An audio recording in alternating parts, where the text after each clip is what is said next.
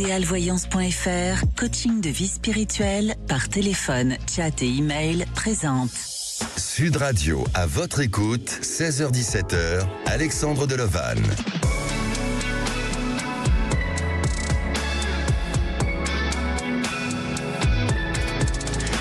Bonjour à tous, je suis ravi de vous retrouver durant cette heure. Alors un numéro d'appel pour passer à l'antenne, c'est le 0826 300 300. Cette émission, c'est la vôtre puisque nous sommes là pour écouter, pour échanger, pour partager et même se confier. Hier, nous avons eu un témoignage assez touchant, celui d'Isabelle qui se sentait harcelée à la suite d'une rupture affective. Une relation, qu'elle soit amicale, amoureuse ou familiale, parfois elle peut laisser place à la fusion. Alors cet attachement affectif et si trop excessif peut aussi devenir contraignant et contrariant et visant même à basculer vers du harcèlement émotionnel. Excusez-moi, j'y arrive. Le harcèlement affectif peut provoquer chez l'individu un sentiment d'isolement et de renfermement. Les conséquences sont multiples comme la baisse d'estime de soi, l'isolement, la baisse de valorisation avec des risques de santé autant psychologiques que physiques. Alors, souvent, la parole est libératrice. Il faut en parler à son entourage, dans des groupes de parole. Et l'émission, à votre écoute, accueille vos témoignages et vous laisse vous exprimer.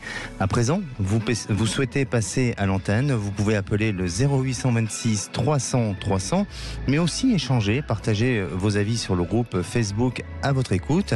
Nous sommes en direct live sur YouTube et sur le live de Facebook. Et aujourd'hui, à la réalisation de l'émission, c'est Lucille au standard et Jordan.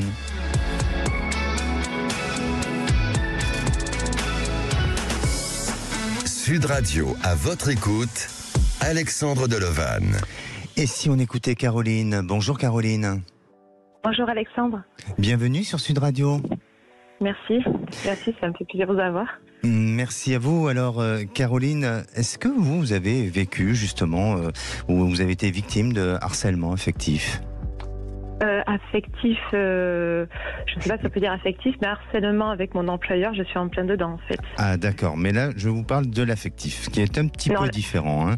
Oh, tout à fait. Oui, l'affectif c'est souvent inconscient, alors que un harcèlement de manière générale c'est visé à peut-être à détruire ou en tous les cas à fragiliser une personne. Caroline. Ouais. Vous travaillez dans la pâtisserie depuis 20 ans, c'est une vocation et depuis l'âge des 6 ans, vous vouliez devenir pâtissière. Alors aujourd'hui, vous avez 40 ans et des choses ont changé pour vous à tel point qu'elles sont devenues trop difficiles et une fatigue à la longue s'est installée. Cette année, vous avez changé aussi votre vie puisque vous avez, je crois, un garçon de 16 mois, c'est ça ? Oui, c'est ça. Déjà, c'est toutes ça, mes félicitations. Oui, merci. Alors, et pardonnez-moi, Caroline, votre difficulté majeure, c'est justement la relation avec votre patron, de par son comportement, son attitude. Apparemment, il semblerait être odieux avec vous et même insupportable. Alors, ce rythme-là vous amène à avoir des fragilités de santé. Vous êtes en arrêt de maladie. Racontez-nous un petit peu votre situation et que souhaitez-vous envisager dans l'avenir ? En fait, ça s'est déclenché au mois de mars. J'ai dû être opérée de tumeurs dans le pied. C'est une maladie extrêmement rare que j'ai développée. Et suite à ça, je suis en arrêt longue maladie. Sauf qu'il y a eu des complications et j'étais censée reprendre mon emploi plutôt au mois d'août. D'accord. Et en fait, vu qu'il y a des complications, je suis prolongée. Déjà que l'ambiance avec mon employeur était difficile, voire désagréable. Mais cela, en fait, n'a fait qu'accentuer le gouffre qu'il y a entre nous deux. Et là, on est arrivé à un stade où il me menace. Il me dit clairement que lorsque mon arrêt prendra fin, je ne dois pas revenir, car il va me faire subir 1001 choses. Ça devient psychologiquement très difficile. Du coup, il me dit clairement de chercher un emploi ailleurs. Sauf que je suis en arrêt maladie parce que clairement, j'ai un problème. Donc, pour moi, je suis dans une phase de ma vie où je me dis, qu'est-ce que je dois faire ? Je dois me réorienter parce que est-ce que je suis en fait encore capable de faire ce métier avec des horaires qui sont contraignantes, parce qu'il faut trouver un emploi qui me convient par rapport à mon petit garçon, que je puisse aussi m'en occuper. Et ou sinon où je persiste, mais le problème c'est que je ne peux pas aujourd'hui postuler chez un employeur car je suis bloquée avec ce pied. Donc en fait il me met dans une situation qui est vraiment anxiogène. Je me sens coincée et au fur et à mesure ça m'atteint psychologiquement et je n'arrive pas à prendre une décision claire et objective. Et à prendre du recul, j'imagine. Ouais, c'est compliqué. D'accord. Alors, tous ces problèmes ont commencé à partir du moment où vous êtes tombé malade, où il y a eu cette fragilité, ou est-ce qu'auparavant, il montrait des signes, malgré tout, de changement de comportement et d'attitude envers vous ? Non, ça,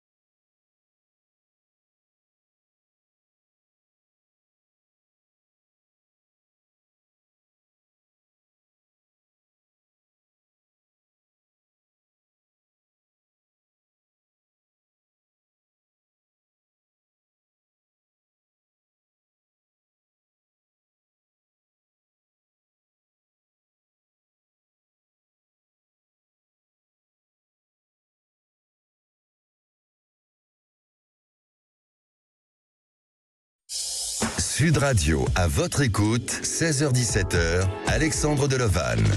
Et de retour sur Sud Radio, merci d'être à l'écoute de cette émission, une émission de confiance, de partage, de guidance et surtout de confidence, comme Isabelle, que l'on retrouve dans quelques instants. C'est Catherine, je crois bien. Oui, excusez-moi. Alors, le savez-vous que le harcèlement peut être considéré quand une personne a une conduite abusive, soit par des gestes ou des paroles et même des attitudes répétées visant à dégrader le moral d'une personne. Alors que le harcèlement affectif, le sujet d'aujourd'hui, il est vraiment inconscient, et la vie du sujet dépend de celle de l'autre et de son mal-être qui devient le moteur ou la raison d'être de la relation. Vous souhaitez témoigner et poser des questions, c'est au 0826 300 300. Et si on écoutait Catherine, non pas Isabelle. Bonjour Catherine. Bonjour Alexandre.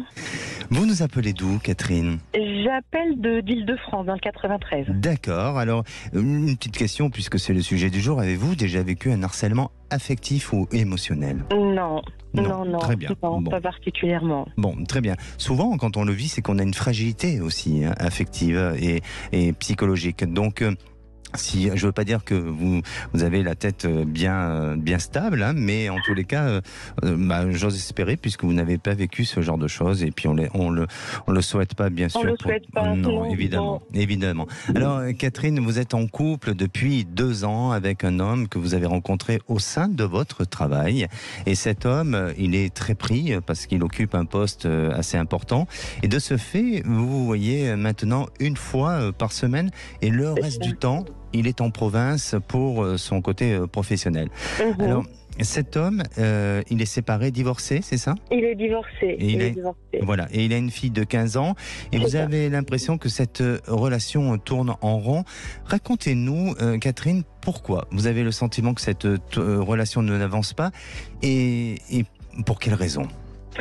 Parce qu'en fait, on fait tous les jours plus ou moins la même soirée en fait quoi. C'est très répétitif.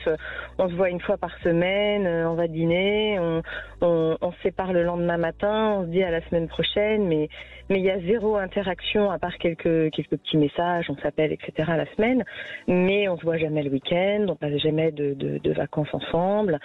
Donc au début c'était pour préserver un petit peu sa fille parce que le divorce la séparation avait été difficile.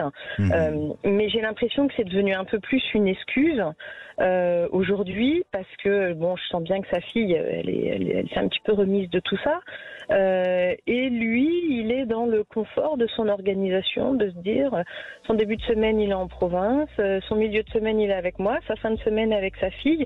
Et il a sa routine comme ça, mais il m'en parle en plus, il trouve ça très très confortable.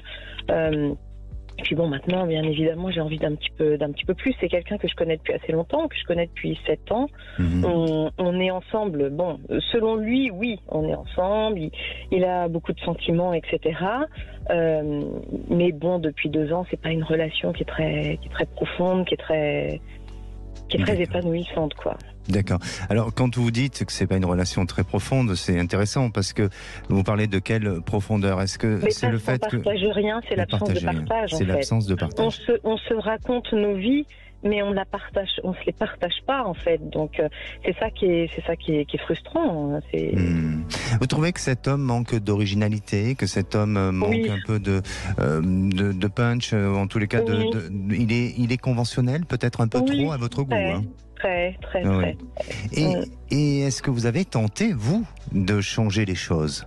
Oui, alors... Vous avez fait quoi pour le faire? Je lui ai dit qu'il faudrait qu'il se passe un petit peu plus autre chose. Il a 50 ans, j'ai 46 ans. Et moi, j'ai envie de voir quelqu'un autrement qu'à 14 ans, comme quand on a 14 ans et qu'on se passe une soirée ensemble, quoi. Il m'a quitté. C'était l'été dernier, il m'a dit « Je vois bien que tu veux plus, moi je ne suis pas prêt à donner ça », on a arrêté de se voir. On s'était vaguement un petit peu revu l'hiver dernier. Je voyais bien qu'il me reproposait le même ronron quotidien, donc j'avais arrêté de le voir entre février et cet été. On s'est un peu revu cet été, il était très content, il avait sollicité de me voir plusieurs fois entre-temps, mais bon, j'étais restée fidèle à ma décision de me dire que ce qu'il me proposait ne m'intéressait pas. On s'est un peu revus là. Il m'a dit qu'il évoluait, que les choses évoluaient pour lui. Mais concrètement, j'ai un peu peur d'attendre quelque chose qui viendra jamais, en fait. Sincèrement, Catherine, qu'est-ce qui vous a attiré, soyez très sincère, hein, qu'est-ce qui vous a attiré chez cet homme la première fois que vous êtes vu? Est-ce que c'est son statut? Est-ce que c'est le côté physique? Qu'est-ce qu'il y a eu pour aujourd'hui avoir une analyse et une prise de recul sur cette relation de cette manière-là aujourd'hui? Un peu tout, un peu le physique, oui, mais un petit peu le statut, un petit peu aussi, mais son intelligence, son esprit, c'est quelqu'un qui s'intéresse à beaucoup de choses, donc c'était un petit peu tout ça. Et puis quand on le connaît un peu, il est adorable, quoi. Il est très conventionnel, il est très classico-classique, mais c'est quelqu'un de très gentil, et je sens qu'il est un petit peu enfermé dans ce quotidien, dans lequel il est, quoi. Il pourrait faire un petit peu plus d'efforts, ça c'est sûr, mais il pourrait pas radicalement changer, en effet, son mode de fonctionnement, ça c'est sûr, hein. Il sera toujours 4 jours par semaine en province et le week-end avec sa fille, quoi. Et admettons qu'aujourd'hui vous dites stop, on arrête tout, parce que c'est plus possible. D'après vous, comment il réagit? Il acceptera son sort. Il souffrira, il me relancera de temps en temps, comme il a fait l'année dernière. Mais il acceptera en se disant que de toute façon c'est comme ça et qu'il comprend. Très bien. Alors, c'est ce qu'il y a de plus important. C'est ce qu'il y a de plus important parce que aujourd'hui, Catherine, vous devez penser à vous. C'est-à-dire que vous faites un bilan de cette relation. Vous avez compris ce qui est du possible et de ce qui n'est pas du possible, de ce qu'il peut apporter, de ce qu'il peut donner et de ce qu'il ne pourra pas donner, où il va le faire peut-être pour vous faire plaisir, mais il le fera peut-être pas naturellement. Mais avant toute chose, c'est votre bonheur et ce qui nourrit votre quotidien au travers de cette relation. De quoi vous pouvez vous nourrir? Et je crois que s'il y a autant de manques, comme vous semblez l'exprimer, réfléchissez sur cette relation, puisque lui acceptera de toute façon, quoi qu'il arrive, cette décision, et il ne changera pas les choses non plus. Et donc, cette décision vous appartient à vous. Alors, bien sûr, hein, si je me connecte à votre esprit, hein, et à mon intuition, eh bien, je sens que ça va continuer encore. Ça va continuer encore parce que vous êtes attaché à cet homme. Et attention de ne pas devenir une personne un peu agaçante, c'est-à-dire de tout le temps essayer de lui reprocher des choses parce qu'il ne fait pas ci, parce qu'il ne fait pas ça. Et vous risquez de fatiguer cette histoire, et peut-être que lui risque d'être fatigué, et ça risque d'endommager votre relation ensemble. Donc, essayez d'y mettre des limites pour qu'à un moment donné, vous puissiez prendre la bonne décision, et puis surtout de vivre cette fin d'histoire de manière beaucoup plus détachée, de manière beaucoup plus zen, et de pouvoir repartir sur autre chose, et de vous sentir libéré de ce qui vous emprisonne aujourd'hui. Alors, je ne sens pas que l'histoire s'arrête pour l'instant. Je pense qu'il faut un peu provoquer un peu les choses, c'est-à-dire que n'hésitez pas à créer des moments un peu insolites, des choses qui vont un peu le bousculer, mais peut-être qu'il aime ça aussi, hein. Et puis permettre de pouvoir arriver à changer un peu le cours des choses. Et puis, vous verrez qu'à partir de printemps 2024, vous serez dans une réelle prise de décision. Mais là, moi je vous invite à nous rappeler à cette période-là, parce que je suis sûr que là, on sera dans le cœur de la décision, et ça sera très intéressant de savoir comment vous accompagner à cette période-là. D'accord ? D'accord, sans problème. On se donne rendez-vous au printemps 2024. C'est pas si loin que ça. Noté. Bon, très bien. Merci Catherine. Merci à vous. Beaucoup. Merci de votre témoignage. À très bientôt. Merci. À bientôt. Au revoir. Allez, on vous attend à l'antenne au 0826 300 300. Ne bougez pas, on revient dans un instant avec Marie, employée dans un supermarché. Elle a rencontré peut-être l'homme de sa vie. On verra ça, et à tout de suite. Sud Radio, à votre écoute, 16h-17h, Alexandre Delevanne. Et de retour sur Sud Radio, il est 16h30 pratiquement. Je vous rappelle que nous sommes en direct live sur YouTube et sur le live de Facebook. Alors, pour revenir sur le harcèlement affectif et pour l'éviter ou vous en éloigner, eh bien, il faut changer votre état d'esprit et aborder la situation d'une manière différente. Le changement parfois fait peur, mais c'est la seule chose qui vous aidera. Et n'oubliez pas qu'aucune relation ne vaut votre santé émotionnelle et mentale. Bonjour Marie. Bonjour Alexandre. Bienvenue sur Sud Radio, pardon. Merci, je suis ravie d'être là. Bon, vous avez une voix solaire, Marie. Ok. Ok, bon, vous acceptez, vous accueillez. Oui. Marie, est-ce que vous-même, vous avez déjà vécu une situation telle que le harcèlement affectif? Oh oui. Ah oui. Que Oh vous oui. avez vécu ou que vous avez fait subir? Non, que j'ai vécu. Ah, que vous avez vécu. Vous en êtes sorti? Oui, tout à fait. Bon, tout à très fait. bien. Mais bon, c'est Un vrai petit que conseil? Un petit conseil pour- ça abîme un peu. Effectivement, ça fragilise. Oui. Ouais, c'est compliqué. Et vous auriez un petit conseil à donner? Un conseil Ce à qui vous donner. vient, si vous n'avez pas, c'est pas grave. Ne jamais se remettre en question, je dirais. D'accord, Voilà, ne jamais se remettre en question quand on a pris une décision. Voilà, la d'accord. suivre son chemin. Suivre, voilà, un peu son intuition, sa propre petite voix. Alors aujourd'hui, Marie, vous nous appelez parce que vous avez rencontré un homme sur votre lieu de travail. Alors, je rappelle que vous êtes employé d'un supermarché et lui était un client. Ça vous dérange pas si je vous l'ai dit à l'antenne?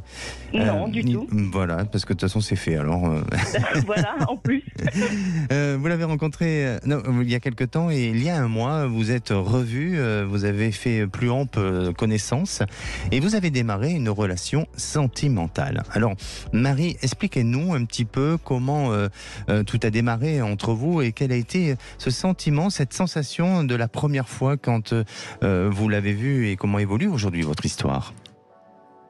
Eh bien, en fait, c'est vrai que je le voyais depuis à peu près une année en tant que client et je constatais, j'étais obligée de constater qu'il me plaisait énormément, sans pour ça, on se souriait, mais sans en faire plus, jusqu'au moment où on a échangé nos numéros. Oui. Et puis voilà, puis j'étais super contente. Pour moi, c'était un aboutissement déjà de rien que le fait d'arriver à sortir avec lui en fait. Donc j'étais super contente. J'avais des super sensations par rapport à ce monsieur. D'accord. Voilà. Alors, juste, pardonnez-moi, je vais peut-être un peu sortir du sujet, mais est-ce que déjà, bon, il venait régulièrement faire ses courses? Oui. Et est-ce que, je pense que c'est humain, hein, et surtout dans votre métier, est-ce qu'on regarde un petit peu ce que les gens consomment et en fonction de ça, on se donne des idées de leur mode de vie, de leur fonctionnement, de leur consommation? Oui, tout à fait. Et Tout à oui. fait. Et Tout à fait. exactement, et je crois que c'est humain, hein, on a tous ce réflexe-là. Et est-ce Oui, que vous c'est un l'avez... réflexe. Oui, c'est un réflexe. Est-ce que vous l'avez fait pour lui? Oui. Et alors? Oui. Et alors, je voyais que c'était un monsieur célibataire, voilà. D'accord. Par rapport Mais oui. à ses achats, par exemple. Exactement, ça donne des indices. Ouais, tout à fait. Exactement, et puis de la manière dont il mange, hein, s'il mange sainement, pas sainement, ou des voilà. choses comme ça. D'accord. Tout à fait. Et donc, voilà, ça restait juste un client. Bonjour, au revoir. Peut-être on parle du beau temps et de la pluie, c'est ça? Oui, c'est ça, mais c'est vrai que moi j'étais impressionnée, donc je n'osais pas faire le premier pas finalement. Voilà, jusqu'au jour où ça s'est fait. Oui. Mais pour continuer, finalement, j'ai été vite plus ou moins déçue quelque part parce qu'il s'est avéré que c'était pas du tout la personne que j'avais ressentie sans le connaître vraiment, quoi. C'est-à-dire? J'avais le sentiment que c'était quelqu'un de super gentil, de très sensuel, et finalement je me suis aperçue en le connaissant un peu plus dans l'intimité que pas du tout. Ah bon? Il est méchant? Ah non, il est pas méchant, mais il est très laxiste, il est à la limite de l'imperturbable, sans trop de sensations, je dirais. Voilà, donc maintenant c'est ce que j'ai ressenti durant le mois et demi dernier. Et pour vous, c'est un défaut? Ah oui. Ah oui, tout à fait. Pour moi, c'est un manque parce que moi, j'allais vers lui, je m'occupais de lui, et j'avais pas ce retour. Mais pour quelle raison il réagissait pas? Est-ce que je la connais pas, la raison, en fait. Peut-être qu'il a vécu ce mode-là ou ce fonctionnement-là tout le long de sa vie sentimentale et peut-être qu'il a oublié de se remettre en question. Est-ce que ce serait pas le cas?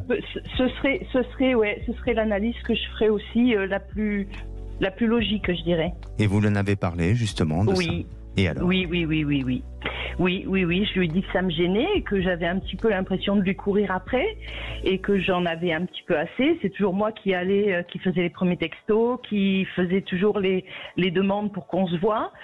Donc je lui ai dit que maintenant j'en avais assez et qu'il savait où j'habitais. Donc s'il voulait me voir, il fallait qu'il vienne chez moi. D'accord. Voilà. Et il a réagi? Non, aucunement. D'accord. Bon. Aucunement. Alors, quelle est votre décision ou quelle est votre question aujourd'hui?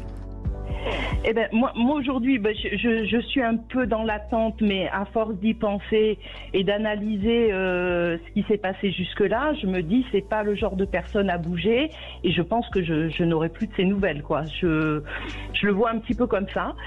Et donc j'étais dans l'attente que vous me disiez si éventuellement c'est quelqu'un qui mérite que je prenne le temps, que je lui montre de l'attention encore, ou si vous pensez que c'est fichu, quoi. Ben oui, parce qu'aujourd'hui votre rythme et votre fréquence de la manière dont vous voyez, est-ce que vous voyez régulièrement ou est-ce que vous avez vraiment pris du recul et vous voyez plus beaucoup? Là, on s'est pas vu depuis dimanche juste, mais c'est vrai qu'on pouvait se voir régulièrement. Tous les jours, tous les 2 jours. Bon, en tous les cas, oui, je comprends et je ressens, bien sûr, parce que là, je vais aller sur mes ressentis. Je ressens que vous êtes un petit peu déçu, que vous étiez imaginé, vous avez idéalisé une rencontre, même une rencontre qui peut être sympa au travers de ce que vous avez vécu, et dans le contexte dans lequel les choses ont été faites. Mais pour moi, il y a plus cette notion de déception qui semble ressortir. Et je ne sens pas quelque chose qui s'arrête pour autant. C'est-à-dire que cet homme a besoin peut-être un peu de temps pour réfléchir, a peut-être besoin aussi de motivation, parce que je sens que c'est beaucoup le problème de la motivation chez lui, et peut-être aussi de cette réflexion pour se dire est-ce que je vais véritablement dans un engagement. Alors peut-être que vous avez été trop vite. Ça se pourrait bien. Eh oui, de ce que je ressens, c'est que vous avez peut-être été trop vite et qu'il faut, je ne vais pas dire pour autant ralentir les choses, mais prendre un autre rythme pour que vous ne soyez pas, vous, déçus et que vous ne soyez pas en attente de quelque chose qui pourrait continuer à vous décevoir, mais pour autant profiter des bons moments que vous avez à profiter et peut-être de vivre peut-être des activités, des loisirs, des choses différentes qui vont changer votre quotidien et non pas tomber dans un système de routine. Oui, exactement. Donc c'est à vous aussi de faire quelques efforts. Marie, je suis désolé, mais je vous mets à contribution, mais il faut essayer de dépasser cet obstacle et ne vous laissez pas ensevelir par un état émotionnel négatif et aller vers quelque chose qui vous amène vers de la fatalité. Donc changez peut-être d'état d'esprit progressivement, discuter avec lui, peut-être essayer de le faire parler aussi un petit peu pour ce qu'il a envie, quelles sont ses échéances, qu'est-ce qu'il pourrait apporter, ne pas apporter, et puis faire et progresser au fur et à mesure pour que la relation puisse évoluer. On peut vous aider, Marie? Oui, sûrement. Donc essayez vraiment de réfléchir à tout ça, et puis vous allez nous tenir au courant. De l'évolution des choses. Vous allez rester en ligne au standard et puis vous verrez, on va vous donner la procédure à suivre, d'accord? Ça marche, merci beaucoup. Merci à vous, Marie, merci. Et Sud Radio, à votre écoute, Alexandre Delevanne. Et la parole est à Charles. Bonjour Charles. Bonjour Alexandre. Bienvenue sur Sud Radio. Et merci de m'accueillir. Merci à vous. Alors, Charles, vous avez rencontré une femme en mars 2023. Au début, ça a été compliqué. Elle venait de sortir d'une relation difficile et c'est ce qui explique un début quand même tumultueux. Alors, Charles, racontez-nous pourquoi cette histoire a été compliquée et de ce qu'elle a pu vivre aussi auparavant, votre compagne.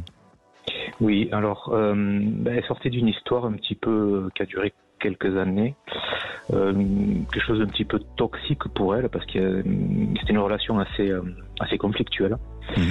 Et ce qui s'est passé, c'est qu'en fait, on s'est rencontrés, sur un site en fait, un site de rencontre. On s'est rencontrés, en fait, ça a collé très rapidement, alors surtout de son côté. Oui. Moi, c'est venu un petit peu plus tard, mais par contre, j'ai largement rattrapé le retard. Mais je vous avouerai, en fait, elle s'est fait quitter par cet homme. Oui. Donc elle était très attachée, mais d'une manière un petit peu perverse en fait. Elle était très, très attachée à lui, mais lui a mené que des rapports un petit peu toxiques en fait. Beaucoup de reproches, beaucoup de négatifs. D'accord. Et en fait, pendant le début de notre relation, cette histoire qu'elle n'avait pas eu le temps de digérer, parce que c'était vraiment concomitant, oui. En fait, nous a un petit peu pollué. Elle pensait beaucoup à lui et il y avait un petit peu de comparaison. D'accord. Et elle avait beau me dire que je représentais un petit peu ce qu'elle recherchait, parce que je suis beaucoup plus calme, beaucoup plus dans la compréhension, beaucoup plus... mais elle n'arrivait pas à se l'enlever de l'esprit, en fait. Donc, pour moi, c'était un petit peu compliqué, mais je comprenais la situation. Et en fait, là, ce qui se passe actuellement, c'est que on a pris un petit peu de distance. Moi, je pensais que c'était un petit peu la fin de notre histoire. En fait, elle m'a expliqué que pas du tout. Mais par contre, qu'elle avait besoin de terminer cette histoire. D'accord. Donc, voilà. Mon questionnement, c'est est-ce que parce que si j'attends, je reste dans l'attente, en fait. Et c'est un petit peu inconfortable pour le futur. Exactement. Et je vous sens un peu prisonnier de cette relation et vous vivez quelque chose de difficile. Alors effectivement, justement, on parle aujourd'hui du harcèlement affectif et je crois que c'est ce qui se passe dans ce couple, enfin dans cette relation-là pour votre compagne où elle vit ce genre de choses. Aujourd'hui, ils ont repris une relation ou pas, tous les deux? Alors ils se voient. Oui. Ils se voient, ils discutent. Je la crois quand elle me dit que ça reste absolument platonique. Mais c'est pas simple pour elle non plus. Oui. Et moi, la dernière discussion qu'on a eue, en fait, était. Moi, je pensais que vraiment c'était un petit peu la fin de notre histoire. En fait, elle m'a expliqué que non, pas du tout. Et qu'elle était absolument certaine de finir cette histoire. Il fallait qu'elle la finisse, mais qu'elle le finirait, qu'elle reviendrait vers moi, mais rapidement. Et que ce qu'elle voulait, c'était construire quelque chose avec moi. D'accord. Et donc, et voilà. Et vous, intuitivement, vous ressentez que cette femme, en dehors de ces aspects, de ces problèmes et ces perturbations affectives et psychologiques avec son passé affectif, est-ce que vous ressentez intuitivement que il y a quelque chose entre vous qui passe, ou le quotidien ensemble est vraiment là et vraiment il y a quelque chose de fort? Alors oui. Oui. Même si c'est... Alors, on doit... Parce qu'on n'a pas du tout le même mode de fonctionnement, mais sincèrement, je suis convaincu que ça peut fonctionner. Ça peut fonctionner. Oui. Alors, pardonnez-moi, Charles, je ne veux pas vraiment m'opposer à ce que vous êtes en train de dire, parce que déjà c'est votre histoire, vous la connaissez, mais parfois on veut que ça marche, on veut que ça fonctionne, et on est déçu du résultat. Et là, je dirais prudence, Charles, parce que de ce que je ressens, et même si cette femme, je ne veux pas dire que c'est une mauvaise personne, pas du tout, au contraire, elle est fragile, elle est peut-être un petit peu faible, et c'est pas péjoratif et insultant de dire ça, mais elle a besoin... Voilà, elle a besoin de régler des choses qu'elle n'a pas réglées sur son passé. Il y a une culpabilité chez elle qui ressort. Et donc, peut-être que cet ex joue un peu avec ça pour avoir toujours un effet d'influence sur elle et essayer de la faire revenir vers lui. Maintenant, la décision, ça lui appartient. Vous ne pouvez rien faire. Vous ne pouvez rien faire parce que même si vous essayez de la protéger, elle aura du mal à faire le deuil de son histoire et elle tentera à nouveau d'aller retrouver cette personne et c'est vous qui allez souffrir dans cette histoire. Et vous êtes déjà en train de souffrir. Donc, ce qu'il faut que vous preniez conscience, c'est que cette femme, elle souffre, mais elle fait souffrir aussi 2 autres hommes. Même si elle n'est pas responsable en totalité, mais il y a quand même ça qui semble ressortir. Donc prenez du recul et moi, de ce que je ressens aujourd'hui, c'est que je ne vois pas pour l'instant de grande évolution ensemble. Peut-être qu'à un moment donné, les choses se débloqueront, mais de ce que je peux percevoir dans l'instant T, eh bien, je ne vois pas une possibilité de réalisation parce qu'elle-même a besoin de continuer son chemin, a besoin de vivre son expérience et a besoin de faire le deuil et a besoin de se guérir de quelque chose qui lui a été toxique auparavant. Prenez soin de vous, Charles, et surtout, essayez de prendre du recul et de regarder un petit peu ce qui se passe autour de vous, de rencontrer d'autres personnes parce que pour moi, j'ai l'impression qu'au moment du Sagittaire, c'est-à-dire que à cette période de décembre, novembre-décembre peut-être, à cette période-là, ou peut-être début janvier, on pourrait penser que vous êtes dans cette période de réalisation future, sentimentale, donc avec une autre personne, avec la possibilité de faire un choix et de prendre du recul avec ce qui vous pèse aujourd'hui. D'accord. Ben, il m'était donné un petit peu cette échéance de la fin d'année, en fait. Ben voilà, vous y êtes. Bon, d'accord. Je vais très bien. Merci beaucoup, Alexandre. Merci à vous. Merci. Allez, on se retrouve dans quelques minutes avec des conseils pour développer votre écoute intuitive. Et notre auditrice Yanni, elle a été, elle, face à un défi, à un challenge, mais la situation semble se retourner contre elle. On en parle dans un instant. Sud Radio, à votre écoute, 16h-17h, Alexandre Delevanne. Et de retour sur Sud Radio pour cette dernière partie avant de retrouver les vraies voix présentées par Philippe David et Cécile de Minibus. Alors il vous reste encore quelques minutes pour passer à l'antenne de Sud Radio et je vais vous donner quelques conseils pour sortir un petit peu du harcèlement affectif si tel est le cas. Ayez confiance en vous, apprenez à dire non, mettez-vous dans votre bulle, ne réagissez pas en le harcelant, dites-lui calmement d'arrêter de vous harceler, privez-le ou privez-la de son pouvoir, celui de vous priver de votre sentiment et de votre amour-propre. Affronter, c'est lui donner du plaisir à être une cible. Il faut vous effacer, vous ne serez plus soumis à des menaces et au chantage aussi émotionnel et bloquer tout moyen de communication, que ce soit téléphone, mail ou réseaux sociaux. Et la parole est à Yanni. Bonjour Yanni. Bonjour Alexandre. Bienvenue sur Sud Radio. Merci. Yanni, vous avez quitté les Hautes-Pyrénées pour un département voisin, tel que le Gers. Alors, justement, rappelez-nous quelques spécialités du Gers, les spécialités culinaires. Qu'est-ce qu'on trouve ? Ce qu'on trouve, c'est le magret énormément, ainsi que le foie gras. Ah, d'accord. Alors, je vous parle de ça parce qu'il y a 3 ans, on vous a fait une proposition que, pour vous avez vu ça comme un challenge, un défi, celui de reprendre un restaurant. Et vous avez donc décidé de changer de vie pour aller vers ce projet. Ce restaurant, je rappelle qu'il avait déjà une clientèle locale, qui est une clientèle plutôt ouvrière. Et depuis, les choses ont bien changé à tel point, bien que ça se retourne un peu contre vous. Alors, expliquez-nous un petit peu votre situation, comment ça a démarré, pour quelles raisons et pourquoi vous en arrivez là. Disons que j'ai changé la carte et la carte et le mode de fonctionnement. Mmh. Et du coup, forcément, j'ai perdu cette clientèle ouvrière. Oui. Et mais je tiens toujours à en faire un restaurant traditionnel avec des plats traditionnels. Et j'aimerais savoir à ce jour si je persiste et il va fonctionner ou si je dois changer de point de vue. Alors, pour quelle raison vous avez changé cette carte ? Parce que je voulais en faire un restaurant avec des jolies assiettes, des bons produits de qualité, des belles présentations. J'avais pas envie de faire du snack sur assiette en fait. D'accord. Et les prix ont beaucoup changé ? Un petit peu quand même, forcément, ils ont grimpé un peu. Et ça, donc vous avez changé, parce que ça fait 3 ans que vous avez ce restaurant, ce commerce. C'est bien ça, hein ? Ça fait 1 an, un peu plus d'1 an que je l'ai racheté. Ah, ça fait 1 an, d'accord. Ouais. Et donc, vous avez changé aussitôt la carte, et vous avez senti que progressivement, votre clientèle baissait, diminuait ?